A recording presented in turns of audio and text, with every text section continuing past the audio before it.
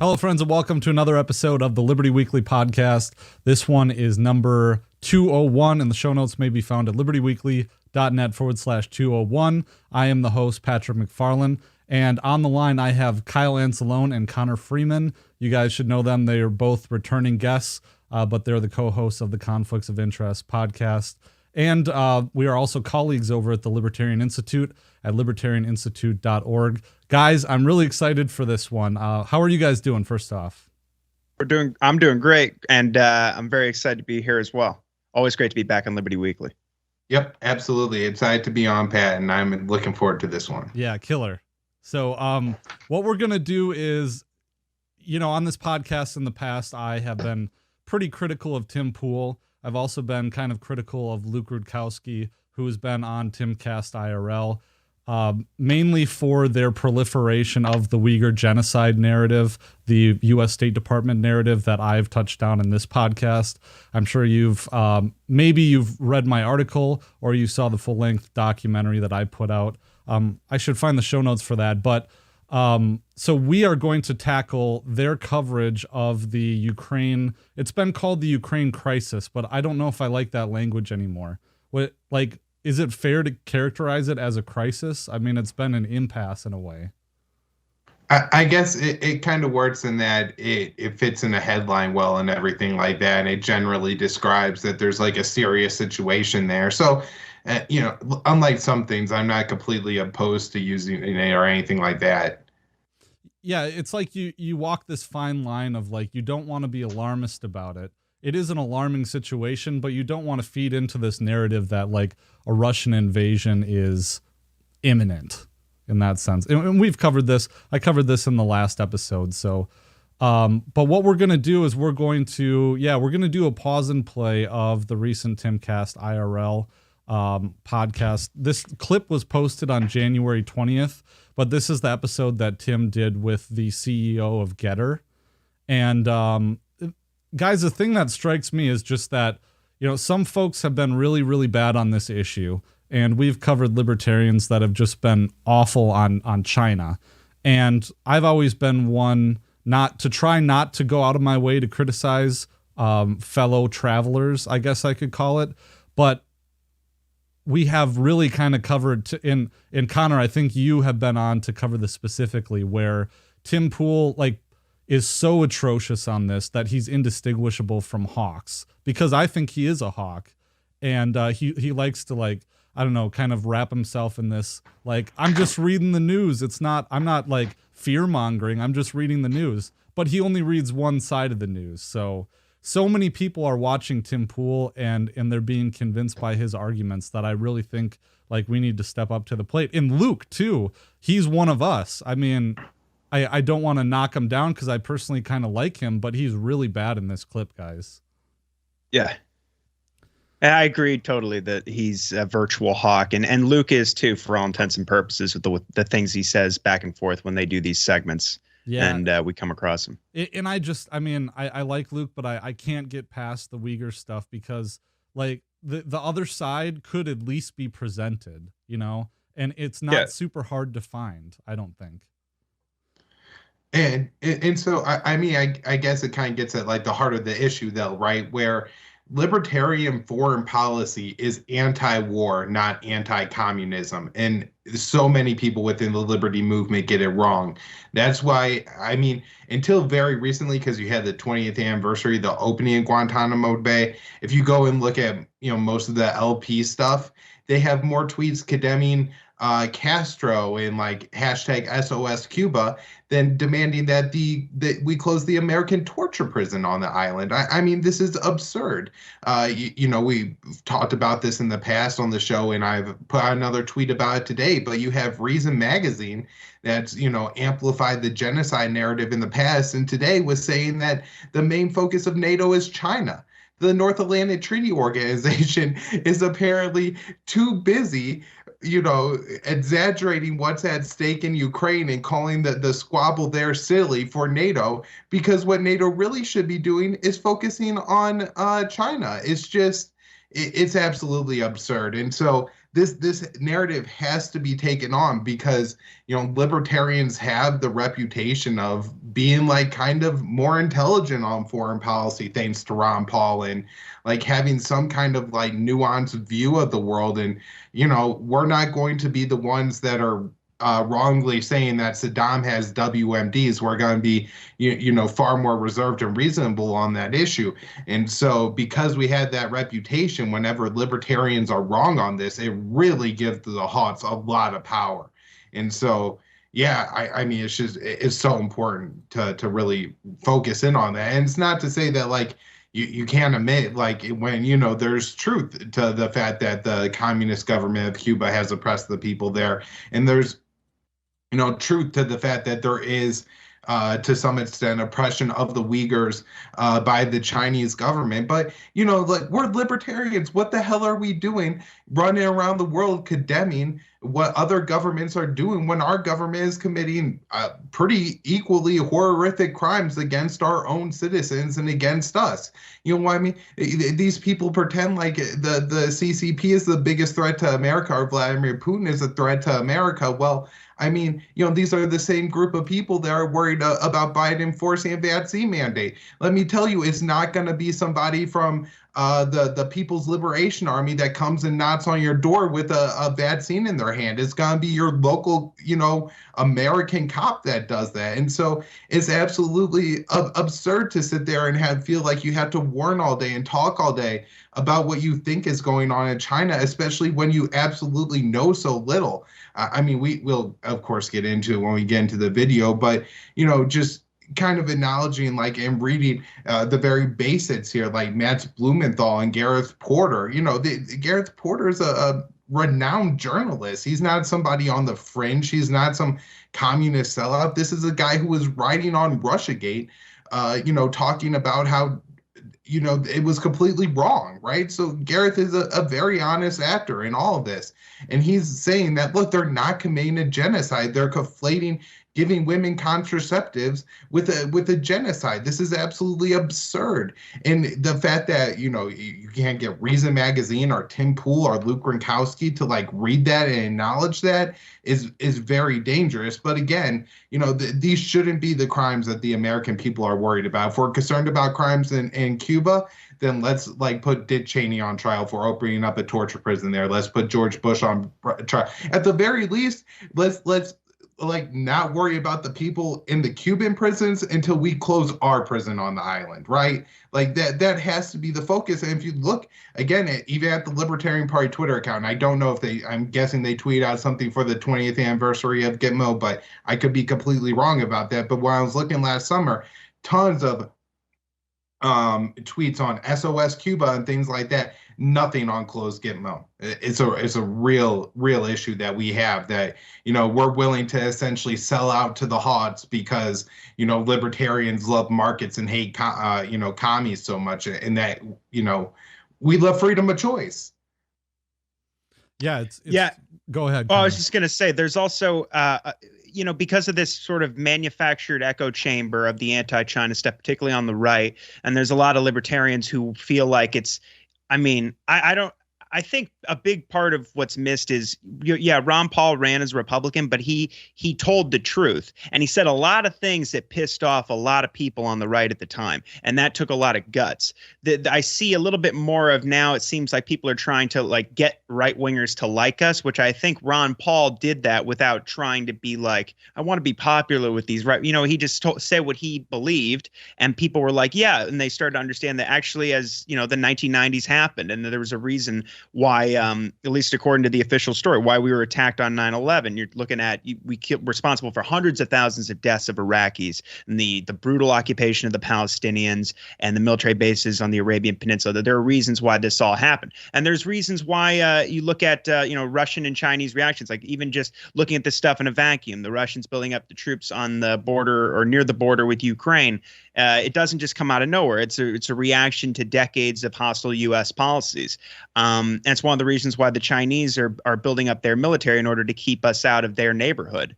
It's defensive, and it's in reaction to further and further encroachments on their borders, and the fact that we've encircled them with more and more weapons and more piecemeal alliances in the region, like AUKUS, for instance, undermining the sort of non-proliferation regime in the region and nuclearizing the region by moving. We just covered the USS Nevada, which has all kinds of nuclear weapons on it, moving it into Guam, and which is a very rare thing to do. But again, totally ramping up tensions. And people feel, because of this echo chamber that I referred to, like they have to qualify their opposition to the new Cold War with particularly with China by throwing out all these things about how horrible they are, and or in the case of you're talking about like Cuba, like we always feel like we have to say like they're a brutal dictatorship and this kind of thing, but you don't actually have to do that. And that was a lesson I learned from Danny McAdams. You don't have to do their work for them. You can just oppose sanctions. You can oppose intervention. You can oppose war. And frankly, the American people, and I make a case about this in my latest article, we're not in a position to start talking about how other countries treat their Muslims, particularly countries when we're arming Saudi Arabia and the UAE as they commit hundreds of thousands of murders in Yemen, starving little children to death by the hundreds of thousands. We have no place to push around these stories about a fake genocide in China, or at least one that certainly hasn't been proven. It's so cynical, actually. You can look at the State Department, what they did during Operation Guardian of the Walls, when Israel was bombing with American planes and weapons, bombs, the Gaza concentration camp. They went out and told, an official told Reuters that, Xinjiang is an open air prison. So that as soon as people Googled that, all you would get is China, when people constantly refer to Gaza as an open air prison. And of course, starving children to death with this economic war in Afghanistan. I mean, we're going to get to this, but the hawks, at the New York Times and on shows like Tim Pool's show, want to make us feel like, we really exposed ourselves as being, weak and pathetic by leaving a 20-year war in Afghanistan in the way that we did. And now it's emboldened our enemies, like we're all in this together, you, me, the Pentagon. And, actually they don't, I don't know how often, if Tim Pool has covered this, but we are starving that country to death right now. There's about 8.7 million people on the verge of famine, and at least 22 million, or approximately 22 million, who are very close to getting near to starvation and severe food insecurity. So like I said, I just want to put that out front here that especially libertarians in this climate should not feel compelled to get people like Tim Pool to like them and pat them on the back and have them on their show, that they have to put up with this kind of hostile rhetoric towards states that are targeted by the empire. Even if you're just looking at it from a pure economic standpoint, we're being raped for trillions of dollars by the military industrial complex, and they do it by pointing to China. They can't threaten you with like, oh, China's going to invade the US. So they have to make up stories about Uyghurs and how they're trying to, they'll talk about, we can't, like Tucker Carlson will say like war with Russia over Ukraine is absolutely insane, Tulsi Gabbard, right? And then he'll go, but there's regions where we would absolutely have to go to war, like say over shipping lanes in the South China Sea. And Tulsi just nods along and goes with it. Like, and that's absolutely insane. And so we need to be able to say that to regular people that actually, some of these people get some things right, but at the same time, they're really wrong about some of the most important issues facing us right now. And what they say often justifies this huge ramp up in tensions and all this money that is, that's crippling our economy and crippling the future of our, future generations. So that's, I think the issue of our time. And so I just want to make sure that libertarians know that you don't have to actually go along with any of this stuff to oppose it. And you don't have to like qualify your opposition to war with China by attacking them all the time. Yeah, and I think it's important to keep in mind all those points, as so the Libertarian Party has largely kind of been captured by progressives, and now we see the Mises Caucus trying to take it over, and we're seeing a cultural shift in the libertarian, like the official Big L libertarian movement, to the right more so. And I think we've seen other things like that with post-libertarianism.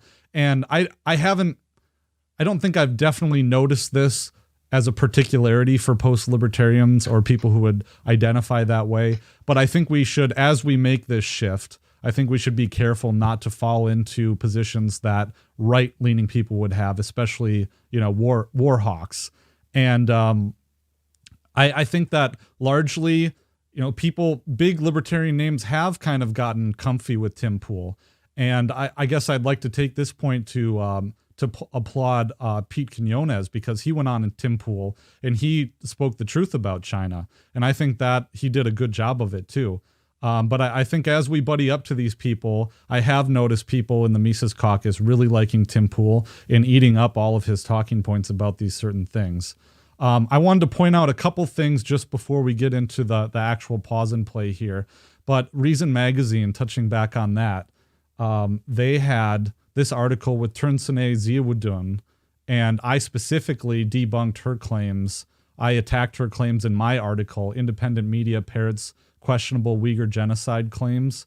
So her story is shifting. She's been taken in by organizations like the World Uyghur Congress, Radio Free Asia, and the Uyghur Human Rights Project. But specifically with Tim Pool,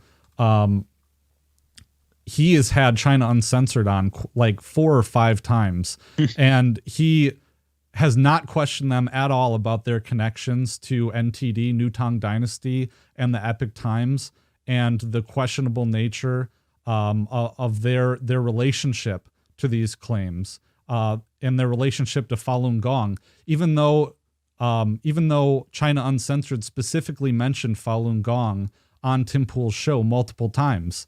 And all these allegations, these absurd allegations about organ harvesting. And I'm not saying it's not true just because it's absurd, but I'm saying that it didn't even warrant further questioning or any kind of rough treatment. It was, oh yes, please tell me more. Tell us more about this. So, everybody knows they have that Fa energy. So like you gotta harvest it. They had it implanted in their abdomen. Yes, but especially Luke Rudkowski mentioned it on his We Are Change channel. And Tim Pool and Luke Rudkowski always talk about fact-checking things, and it just really rubbed me the wrong way. So let's get into the pause and play, and we can kind of take things apart from there. So this is Luke Rudkowski talking on Timcast IRL, and I don't... Go ahead. Pat, can we start like at the last 30, maybe 45 seconds, because that's, I think, where they get the title for this video.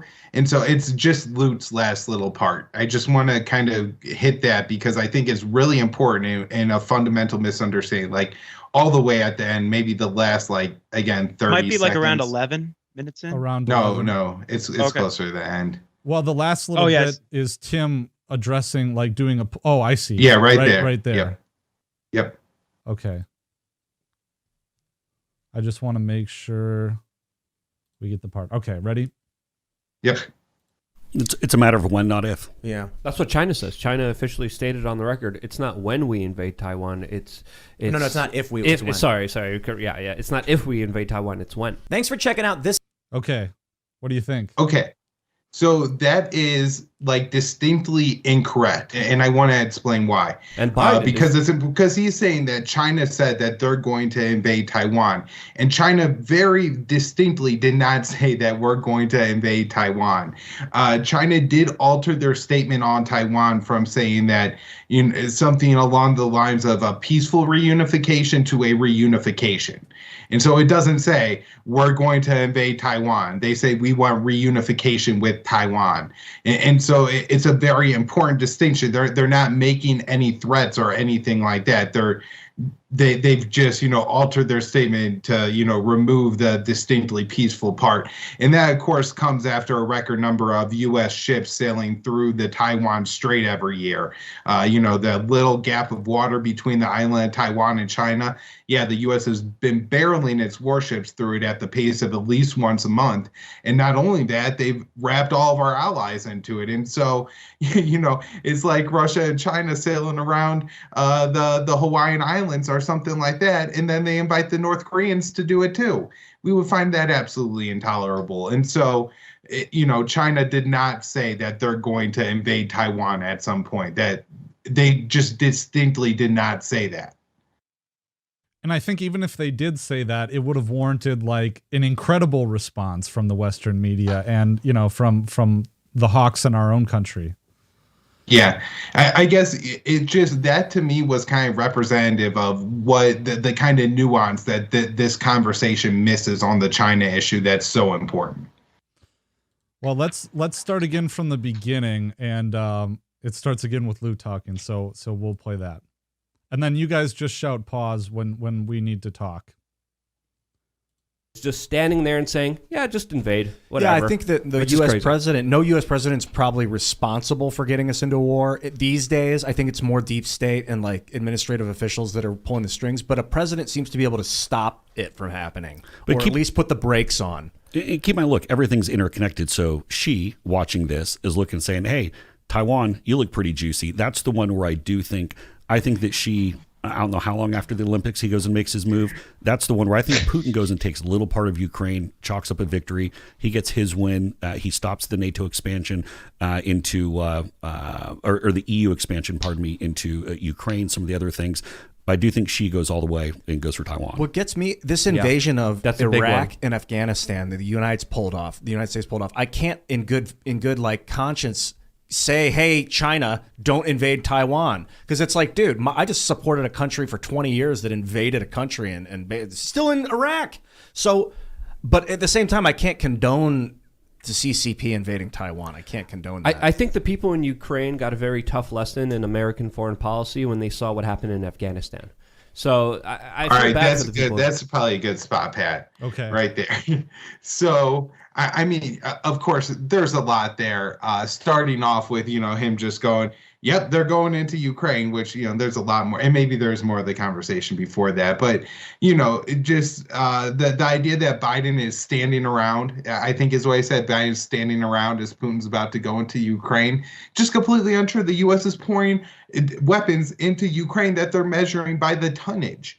They're getting or at least trying to rope all the, NATO allies into giving more weapons to Ukraine. They're, having the Estonians and the Lithuanians send Javelin and Stinger missiles. So, yeah, Biden's not standing around. Now, he isn't saying that he's going to put U.S. troops on the border of Ukraine to prevent a Russian invasion, but when the hell would any of them support that anyways, right? Like, that would be an insane policy to say that, we're going to prevent a invasion of Ukraine. And so I'm not sure like what the point is, but they seem to have like adopted this Republican right-wing narrative that the problem is that Biden is weak, and if Biden was tough, there wouldn't be a problem, when it was the fact that American presidents have to constantly act like they're tough and take 3 steps further than their predecessor every single time that landed us in this situation. Okay, so Bush, pulls off the Rose Revolution in one coup in Ukraine and then puts Ukraine on a path to membership.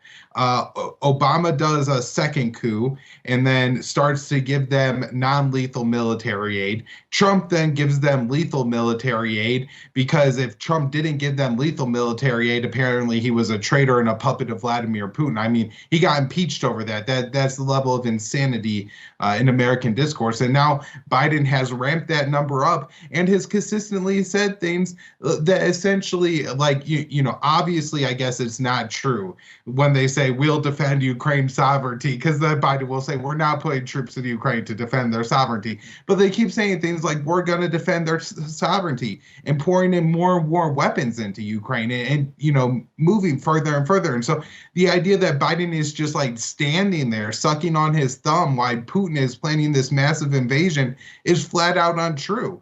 I mean, if we are critiquing Biden for not engaging in serious diplomacy with the Russians and working out a permanent, sustainable solution to this problem, that, that would be one very fair criticism to make of Joe Biden. But he's, making the Republican, senator talking point right now that is, we're not doing enough. And so it's just insanely stupid. And then I don't know, Connor probably wants to talk about the flipping, like they're just going into Taiwan right after the Olympics. Wait, hold on a Ben second. Shapiro. Go ahead. Hold on. Sorry. This is Luke Rudkowski, the guy who he hosted Anarchapulco, right? I just want to clarify that to sure. the audience. Like, Luke Rudkowski is an ANCAP. Like, he's a voluntarist. Like, he hosted. I mean, he's done a lot of other things. He's a boots on the ground journalist. But for the guy who hosted Anarchapulco to be saying that a U.S. president is hapless, it needs to be like more aggressive. I don't know. It's weird. Well, and then you have the other long-haired guy who sets up like this false equivalency where he's like, we invaded Afghanistan and Iraq, and who are we to tell China that they can't go into Taiwan? And it's like, yes, thank you. And then it's like, but we really can't just stand around and condone it either. Like, those are the two options. Like the only thing we could do is either sign off on the Chinese invasion of Taiwan, or we could put American troops in between. It's just insanely frustrating to hear people just, talk about it like that. And again, there's just thousands of people, that are listening right there going, oh, yeah, oh, that, yeah, uh-huh, right, mm-hmm. Yeah. Good point. Yeah. This is the same audience that thinks Scott Horton is a communist, right? In his antiwar.com sweatshirt, just advocating against war with China and that Thucydides crap stuff. But Thucydides trap, excuse me. No, you spoke right the first time. Yeah, right. Ben Shapiro says I just saw a clip of him doing the exact same thing after the speech, after the presser that Biden did, where he said, in the event of a small invasion, a minor incursion, we might not need to react. Which now they've also been saying, Kirby's been saying it, the Pentagon spokesman and Biden have been saying we're not putting U.S. troops in Ukraine, like Kyle said. So the job of mainstream media and people like Brett Stevens and Walter Russell Mead and Fiona Hill and these other hawks is to come out and say, appeasement and weakness and fecklessness, and this is trivializing the entire international rules-based order, and we're going to lose our superpower status, and this shows that we can't defend our allies, and the whole world is going to go to hell because our enemies are emboldened by Joe Biden. And now what's very interesting to me is you have, Ben Shapiro. Everybody knows he's basically Fox News for kids, right? But he's part of the nominal intellectual dark web, Barry Weiss's group of super friends. But Tim Pool is sort of adjacent to that, right? So he's supposed to be, an independent journalist, right? But what they do is he brings on Falun Gong and Yamini Park to talk about North Korea and China, and he brings on Steve Bannon for further China analysis. And then he reads mainstream news, and they read it flat out without question, like you said. And then they get all hyperbolic the way the mainstream press does. So it's really interesting that they're kind of rebranding and refocusing. I'll just point out that there was a recent poll from a group called Conventions of States Action and Trafalgar Group that said that fewer than 1 in 6 Americans want to go to war with Russia over Ukraine, right? American boots on the ground. But what I noted was the no party other category was notably like a point or a couple of points, depending on which metric, on which question, was more hawkish than the Republicans and the Democrats who were polled. And this is over 1,000 likely general election voters in the country for next year. And they basically that they said that they were more in favor of putting boots on the ground, American boots on the ground in Ukraine, and increasing weapons transfers and shipments of military equipment and other weapons to Ukraine.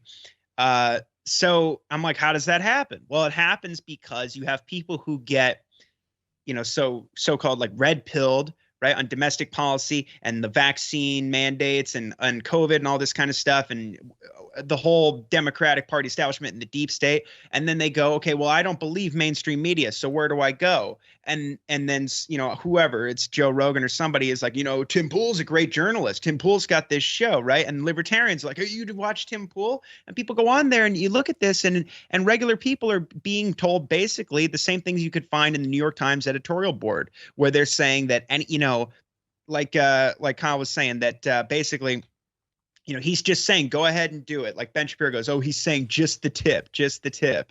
And it's so sad because that there's people watching this who actually want to get a nuanced perspective that isn't the mainstream hyperbolic, hawkish, you should be very afraid and the usual spin, and they come here and it's basically the same thing. And the guy that they're talking to, I'll just point out, is he the CEO at Getter? Is that his position? Jason Miller? I believe so. Okay, he's a former communications director for the Trump transition team. And as Kyle said, this is an administration that escalated the new Cold Wars with Russia and China drastically, even beyond what Obama and Bush had been doing. Notably, Donald Trump bombs Russian mercenaries in Syria in 2018. So this is, very dangerous what we're talking about. And ultimately, when we talk about coming to their defense and taking all these measures and not letting them get away with it, getting away with the invasion, we're talking about getting involved in the war where, thousands and thousands of Russian civilians living in the Donbass and on the other side of the border and in the Russian military will likely be killed in this bloody insurgency that they keep talking about. So they should be, as independent media and anti-establishment people, should absolutely be opposing that. And they should be providing the completely, frankly, opposite perspective than this sort of, repackaged be afraid, be very afraid message that we're getting here. It's weird coming from Luke specifically, because when I first came into this movement, I watched Luke a lot. Like I'll say I did. And hey everyone, and welcome to the portion of the show where I tell you how you can help support this content. Your one-stop shop is libertyweekly.net/support. And once you're there, you can see all the different ways to support my content. There is a Amazon wish list there you can check out. There's also a PayPal button, paypal.me/libertyweekly for one-time donations. There's also a Patreon button and a Subscribe Star button where you can donate on a monthly basis in exchange for the bonus content that I do offer. So go check those out. There's an archive there with actually hundreds of posts going back years, and you get all access to all those things with your donation. There's also cryptocurrency addresses there with all the addresses for the cryptocurrencies that I accept. If you don't see one there you'd like to donate, just get in touch with me. And if you want access to bonus content but you don't want to pay a monthly fee, you can go over to Odyssey, libertyweekly.net/Odyssey, ODYSEE, and you can purchase my bonus content there a la carte, and you can purchase it for LBC, which is the cryptocurrency that the website runs on. The best deal for subscribing and getting my premium content, though, is to go to Rokfin.com, Rokfin. You can, for $10 a month, get access to tons of your favorite creators. And you also get access to my premium content there as well. And there's a lot of great creators there that you can check out on the screen here. But for you listening in the audio version, Last American Vagabond, Monica Perez and Brad Binkley from the Propaganda Report, Joanne Leone from Around the Empire, Kyle Anzalone as well from the Libertarian Institute, just a whole bunch of people, Whitney Webb from Unlimited Hangout. So go check that out. One monthly subscription gets you access to all of that.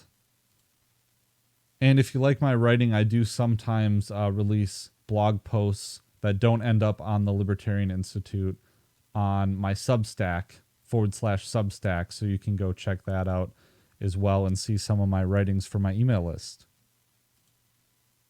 And of course, the Liberty Weekly podcast appears on the Libertarian Institute at libertarianinstitute.org alongside other fine podcasts, Scott Horton, Pete Quinones, Free Man Beyond the Wall, Conflicts of Interest with Kyle Anzalone, Don't Tread on Anyone with Keith Knight, my show, and also Year Zero with Tommy Salmons. So go check out those other fine podcasts and help support the Libertarian Institute, libertarianinstitute.org. Thanks, everybody, and back to the show. All right, let's continue with the pause and play. Ukraine. They're in an extremely tough situation. On one side, you have Russia. On another side, you have NATO and Joe Biden, who pulled off one of the worst withdrawals, literally arming our enemies. Literally, if you couldn't pull off a worse move than you could even try to when it came to what Biden did with Afghanistan. And that's still fresh in a lot of people's minds, especially internationally, especially in Ukraine, who are sitting there like, man, we're screwed. Well, let me ask this, though. Some people have pointed out in the chat, if Russia moves on Ukraine, China goes for Taiwan instantly. What do you think? Possibility.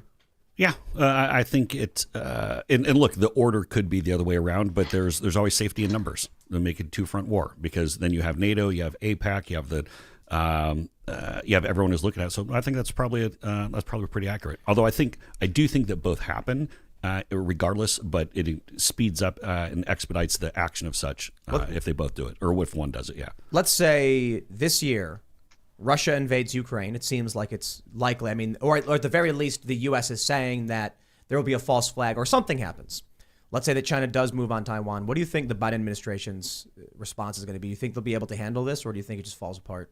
I think it falls apart. And I tell you, and the other thing too, just especially as I'm traveling around and pushing the platform in a lot of different countries, Japan is freaked the heck out. Japan is looking at it and saying, hey, this is probably a good place. So let's start with Luke again, right? Because this is the libertarian in the room who's going, well, the problem was the withdrawal from Afghanistan made us look weak, which is, of course, like the most absurd thing ever. If there are parallels that we should be looking at between Ukraine and Afghanistan right now, it should be on the American side, and we should be concerned about the extremist elements that we're arming in Ukraine. But I don't really think that comparison works or matters. It's a completely different area of the world. It's a completely different situation. And, we're dealing with different actors here. The Taliban are involved. This is, the United States, Putin, and then the leader of Ukraine, Zelensky. It's just, it doesn't really draw parallels. And I mean, if anything, I would think that, maybe the, Chinese or the Russians would think that, kind of the U.S. could go supernova. You worry about the empire lashing out as it, loses little pieces of territory here and there, worries about looking weak, and so lashes out when it doesn't have to in another area like Ukraine or over Taiwan or something like that. Not necessarily the other way around, that suddenly they're like, oh boy, now the American, you know what I mean? That's not the way. They have actual intelligence in Russia and China. You know what I mean?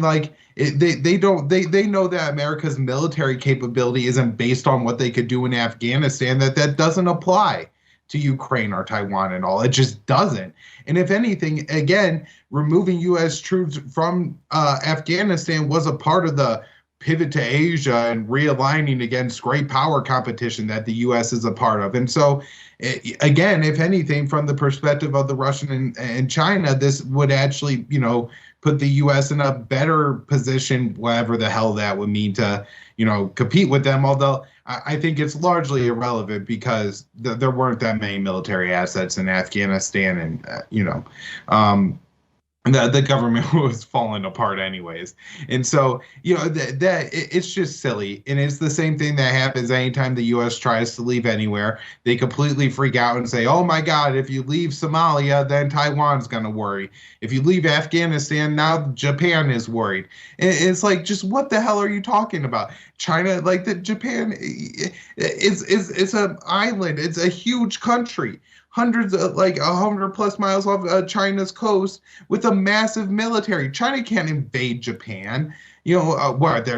China's just gonna nuke Japan? Come on, don't be ridiculous, right? There's nothing there. It's just a guy saying things. But since he's in a nice suit and he's on Timcast, people are gonna go, mm-hmm. Oh yeah. And then I guess the other real issue that nobody is talking about here is the logistics of everything, right? China does have a bunch of missiles and bombers and nuclear weapons, and so if they wanted to just erase the people who live on the island of Taiwan, I suppose they could do so. But if they actually want to invade the island and reunify China, that what they see invading Taiwan is reunifying China to the country that it should be. The people who live in Taiwan are Chinese. They're Chinese separatists and living in rebellion, but they are Chinese. And as Peter Van Buren points out, who was a diplomat in this region for decades, the people of China don't want to go kill the people of Taiwan and vice versa. And so unless, China is secretly, without anybody knowing, building up an invasion force again, during the Olympics, where there's all kinds of Western media and everything in China, unless they're secretly building up this massive invasion force, it's just what they're talking about is logistically impossible. They're just wildly speculating about something they know absolutely nothing about. Now, I guess the only thing that they say that in a tactical sense maybe makes a little bit of sense is like, oh, maybe we could split America and make them fight a two-front war, anything like that. But, if you're looking at it from that perspective, if the Americans were really serious and concerned about Russia or China, they would just pick an alliance with the other one and save themselves the trouble. But what do you actually have going on this week? The U.S. is freaking out and saying, oh, my God, they're about to invade Ukraine any day now. But yet they have 2 aircraft carriers sailing around reefs in the South China Sea. An F-35 missed the runway.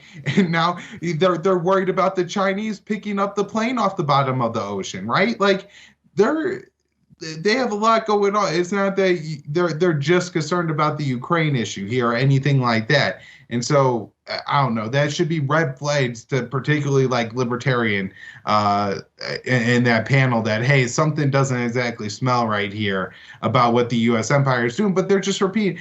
Tim is going, well, they said that there's going to be a false flag. He doesn't know which government said it was actually, I guess the false flag was the U.S. government, but the U.K. government has said they're going to install a new government and stuff like that. But, he's just kind of like rambling off with the government and say like, yeah, that's what's going to happen. We know that's going to happen this year.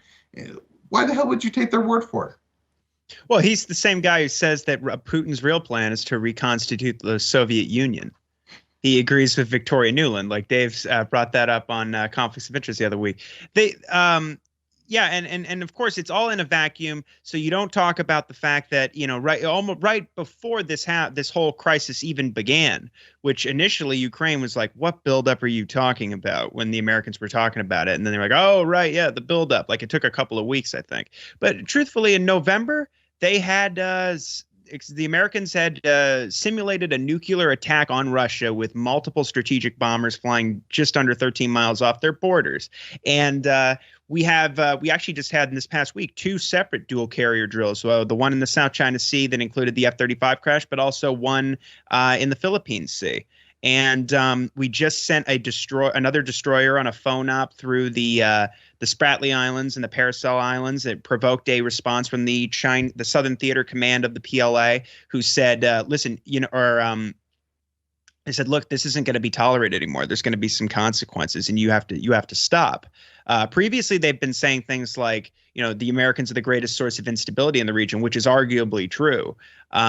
And so, but yeah, I mean, what's happening now, I think, is that whether it's because Biden's in there or not, I think these crises would have come up if things had stayed on this. I think when they said that thing earlier about, I think the presidents don't start they could stop a war, or he said he doesn't think they start them. He thinks it's the deep state. Well, there's some truth to that, but I think that you should never let these presidents off the hook, and that they can stop it. And if the deep state is willing to, Russiagate you or put you in an open, a convertible in Dallas for what you're doing, something like that, you should be able to take that risk, because you have the blood of hundreds of thousands, if not millions of people on your hands if you don't oppose this and stop it. And Trump didn't, and that was, hugely regrettable. But, if you look at the policy of Obama and, through to Trump to Biden has escalated all of these different policies. We have, 2,000 sorties and spy planes and warplanes flying around in the South China Sea, the East China Sea, and the Yellow Sea. And, we have troops on Taiwan's island. We have special forces training them. You have Tsai Ing-wen, the very hawkish DPP, Democratic Progressive Party, president, boasting about this and saying that she really has faith that the Americans will come to their defense. And so you're constantly ramping up tensions. The American media basically lies to the American people and says that the Chinese are flying warplanes over their airspace when it's in their air defense identification zone, which extends thousands of miles into China. So as Peter Van Buren has pointed out, if you have planes just sitting on runways in China. They technically are violating the ADIZ, and those things aren't recognized under international law in the first place. But you do have, the Americans certainly are violating all kinds of international law when you send in these phone ups and they go into the nautical waters of these Chinese-controlled islands very provocatively. Even their allies, who are getting increasingly they're jumping on the bandwagon of the Asia pivot, are reluctant to do that. When the British sent some warships and the Germans did, they avoided taking those kinds of measures.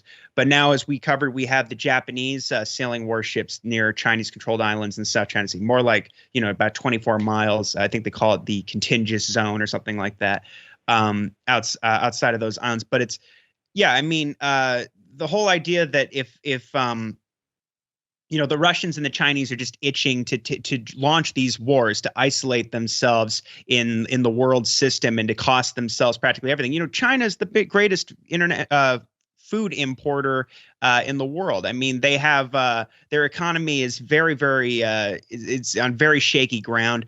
They rely on international supply chains incredibly. So the idea that they would just, because the Olympics are going on and there's this crisis with Russia, we should launch a war against Taiwan that would, very likely involve the U.S. and nuclear weapons going off and all kinds of things. It doesn't make any sense that they would go ahead and do that. And Peter Van Buren has pointed out that they have such high trade and investment between them and Taiwan, let alone the fact that they'd be, murdering their kin.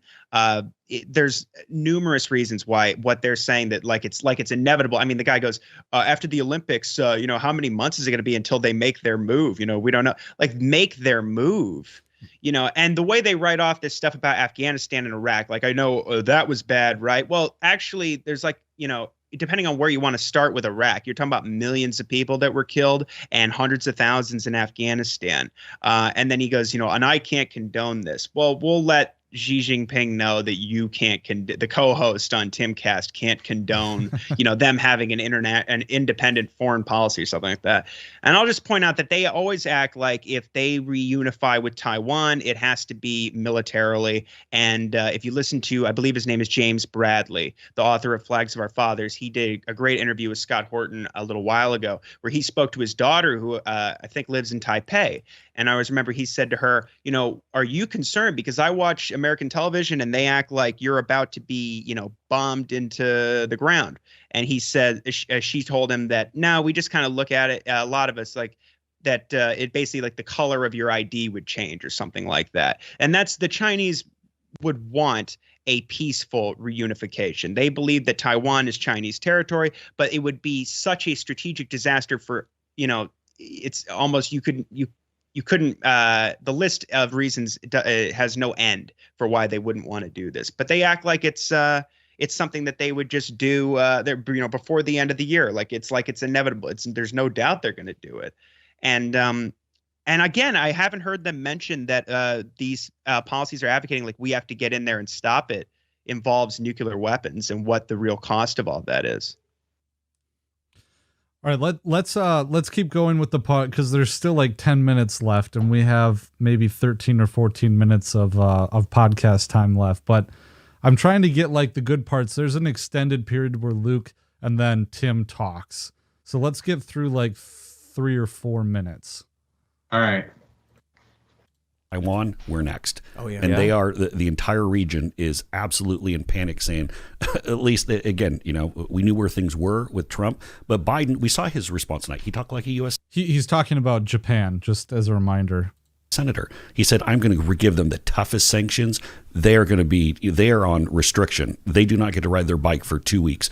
And that's about how tough it was. Yeah, this is why American foreign policy is so mind-boggling, because it's self-defeating. It's shooting itself in the foot. You have a situation where Russia and China don't like each other. There's an opportunity to work with one another, have peaceful cooperation, have economic incentives to work with Europe. And the more that the United States puts up these neoconservatives, the more we push away Russia, the more Russia becomes closer to China, and they could act in unison. And strategically, that would be the move that they would pull off that would put the United States in a very particularly difficult position on the world stage that wouldn't only just question its hegemony, but outright change the whole understanding of how the world kind of operates. So this could also be a deliberate effort to bring down the United States with this kind of viewpoint of what the world sees America as. Especially under Biden, there's no way the U.S. can maintain its empire. There's no way it can maintain the military bases everywhere.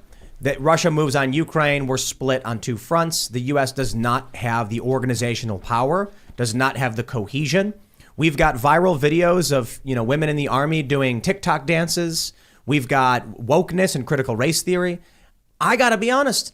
If Xi Jinping is looking at Taiwan, he's probably laughing about what he sees in the U.S. media having to do with our military. Vladimir Putin, the same thing.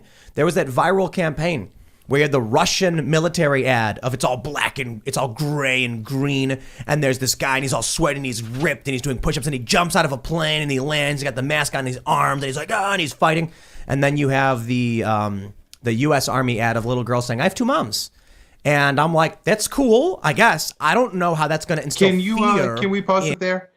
All right. Because this is a point I really wanted to make, and I think it's really important. So this is just right-wing hackery, right? He's like, the problem with the U.S. Army is that they make TikTok videos and that our ads aren't cool enough, like the Russian ads. Not that, Lockheed Martin can't make an aircraft that could land on an aircraft carrier, and those are skidding off the runways of our aircraft carriers and landing in the South China Sea as I complain about wokeness. Come on. The military-industrial complex is making billions of dollars a year, and you're complaining about the Army running ads about the girl that has two moms?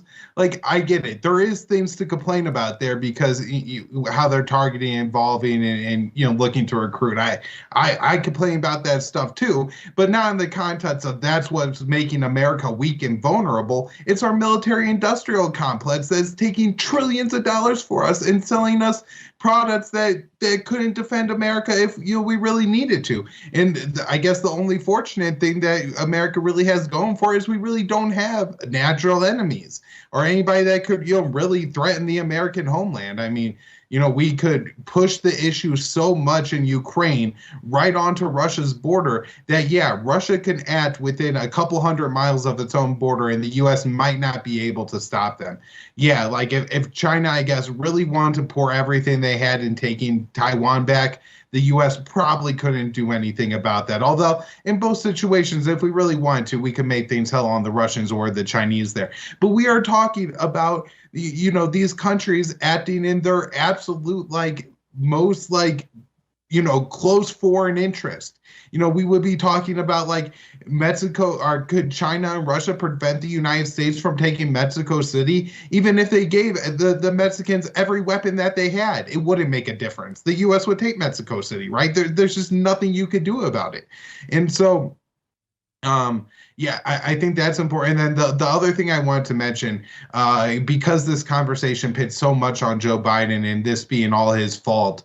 And look, as the one host says, the one I think really intelligent thing that one of the hosts says is that presidents could prevent wars. And I do think that's absolutely true. And Biden could unwind this. But, just failing to realize that in 1990, as the Soviet Union is falling apart, the George H.W. Bush administration promises NATO, or promises Germany, in exchange for a reunified Germany.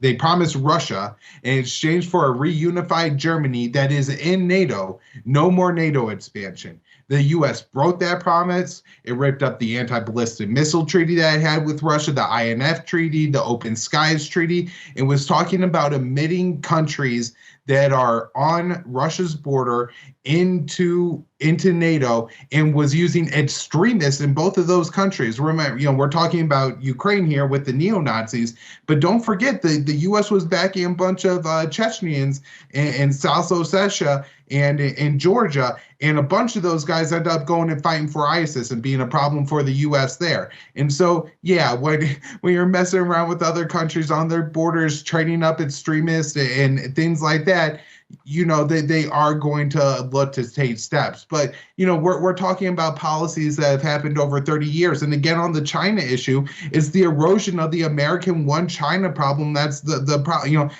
policy. That's the problem. It's over the past decades. America is, taking closer and closer stands towards Taiwan, but particularly in the past, 3 administrations with Obama and then Trump, many high-level delegations to the United States sailing warships through the Taiwan Strait all the time, the trade war trying to reduce American trade with China, all these kind of things. And Biden has just taken everything a step further and has openly questioned the American policy of strategic ambiguity for defending Taiwan and come very close to openly saying that we will defend Taiwan in a war against China.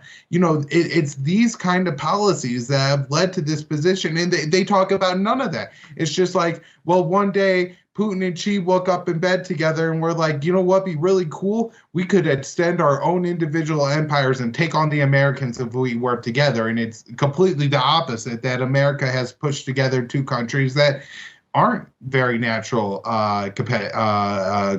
cooperative. They're not allies. They say they're not going to have an alliance. So, they're just not naturally that cooperative. And the U.S. has created that situation with the hostility towards both. And to give Luke credit, he did bring up that point. I try to give him the benefit of the doubt, because he, in a way, he's one of us in a way. But that was a fairly decent point that he made. Yeah. Anything to add, Connor? I appreciate, and I will say this, I appreciate that he notes that the neocons are the ones pushing us towards Russia and China. But if that's true, then he shouldn't be, assisting them, obviously, right. Yeah. In any sort of a way. And I'll just say that the stuff about the wokeness, we should be really careful about that because, I don't care about that stuff. I'm not in favor of it, but for numerous reasons. But this sort of right-wing tactic is to use that as a way to say, see, our military is, basically, without saying it, they're going like, they're fags, basically, right? And the idea is the subtext of that is always to say that essentially that we need to be tougher, which really means put more money into the military. And right now we're spending, we're getting very close to, if you go by Robert Higgs's numbers, spending about 800 trillion a year or 780. So if you multiply that too, that gives you an idea of what the real budget is when you include everything else. The Department of Homeland Security, Veterans Affairs, the energy departments, overseeing of the nuclear program. We're putting, $1 trillion+ to revamp our whole nuclear arsenal. As Kyle said, we've ripped up virtually every arms treaty except for except for New START, which we've only extended for about 5 years. That's tenuous in and of itself. We say that constantly that we're with the Russians, that we'd like to have talks about arms control, but then we never really get around to doing it, to making any substantive progress. And in the case that there are talks, so there's a chance, like with Trump, Marshall Billingsley was the guy who was saying, we got to bring China in. We got to bring China in. When they have like, I think 300, I forget what the exact number is, but we have about, for every nuke they have, we have 10. And no one has more nukes than the Russians. We're very close. I believe they have somewhere over 6,000, and we have somewhere close to 6,000. So just over 6,000 and just under 6,000. And so, as the Chinese have said, if you reduce your stockpiles, then we will talk with you. But of course, for the Americans, that's not on the table because there's literally trillions of dollars, and certainly more than $1 trillion, but the numbers kind of go back and forth in this whole project, this 30-year project of revamping the entire nuclear weapons program. We're the ones that put all this money into the tactical nuclear weapons, the low yield, dial yield weapons that can be, they're much smaller impact, and they can be used in actual, warfare. And it's just crazy things like this that make it much more likely that nuclear weapons are going to be used. And it's not just going to stay at that level. It'll go to, the old school H bombs. And that's one of the reasons why when we tore up the anti-ballistic missile treaty and put all these anti-ballistic missile sites in Romania and Poland, the Russians then we started an arms race anyway, and the Russians reacted to that by researching into hypersonics and building their the MIRV missiles, the multiple independently targetable reentry vehicle missiles, and their nuclear torpedoes and all these things. So we have totally destabilized the situation. And a lot of what you'll hear is Mark Milley plays this part of this woke SJW character, when he's the same guy who said that, killing 10 civilians, a family in Afghanistan on the way out was a righteous strike. but we're supposed to think he's some sort of, liberal bleeding heart or something. And, Jesse Kelly, who's this sort of, I think, Republican radio host, but I've heard him on, Dave Smith's show. He infamously said on Tucker Carlson's show, he goes, we need a military that wants to sit, that's looking to sit on a throne of Chinese skulls. And that they're pointing to this kind of rhetoric from Mark Milley and saying, don't you feel afraid, America? So I think there's a big market in this sort of taking the anti-woke stuff and the anti-politically correct stuff and shifting it over to, look at China, they're going to kill us. Look at how gay our military is. And that's also very dangerous. And it's real easy to see through, I think. Agreed. So do you think that we need to play through more of this video? Like, did we get the bones of it? Were there any parts in here that you guys think that we should really address? I think we got most of the things that I was really heated about when I was watching it. I mean, they say a lot in here, but a lot of it is just like kind of that same boilerplate establishment hawkish rhetoric about how there's nothing we could do to prevent the war that's coming. And it's just, Joe Biden isn't the man that we need in charge. Yeah.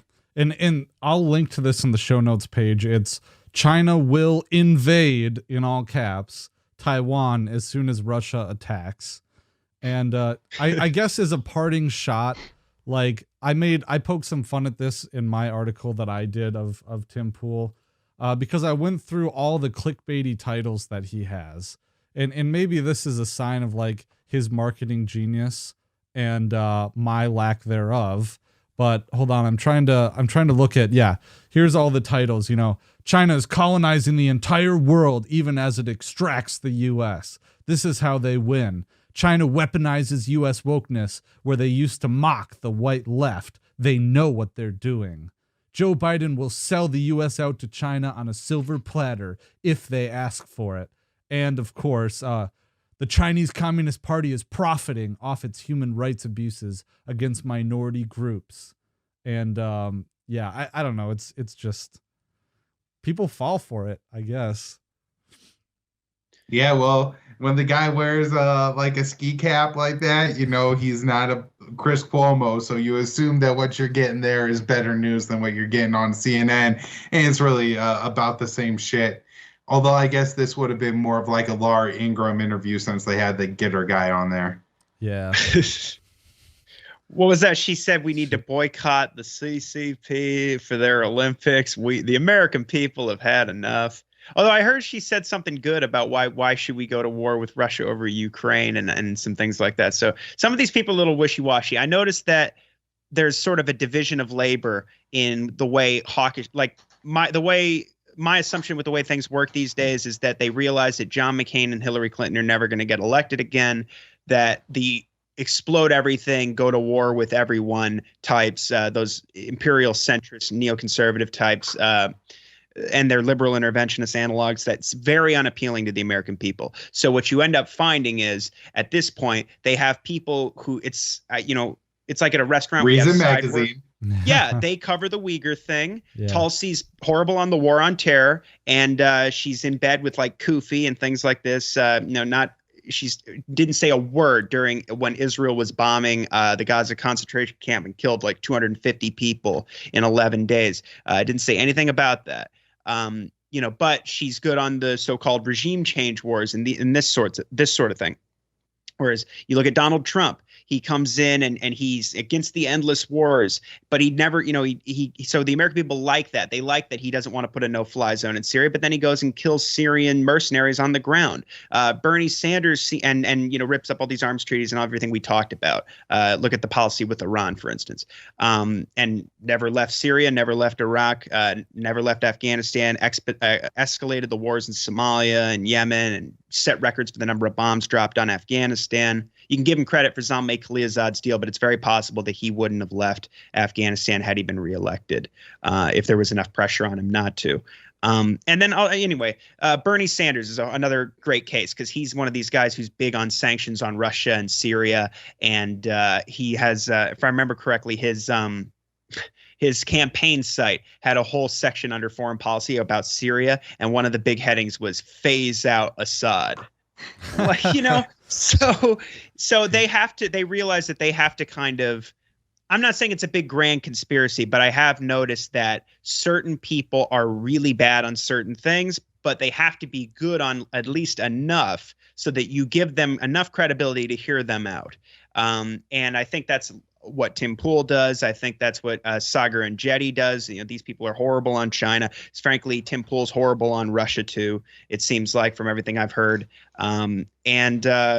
And so once you kind of see that, you'll just start to notice the pattern. Tucker Carlson's another great example. Very good on the situation with Russia and the OPCW scandal in Syria, but a huge China hawk. Yeah. There's something worse about it, though, almost, too. Like when you got Tucker, Tulsi, and Reason Magazine all smuggling anti-China narratives into their let's not go to war with Russia rhetoric. And it's really problematic. And so it has to be called out. Absolutely. All right. Well, I think that's a good bookend. Although, I mean, we could go all day, man. There's just a lot here, and yeah. So, where can people find your work? At the Libertarian Institute. Of course.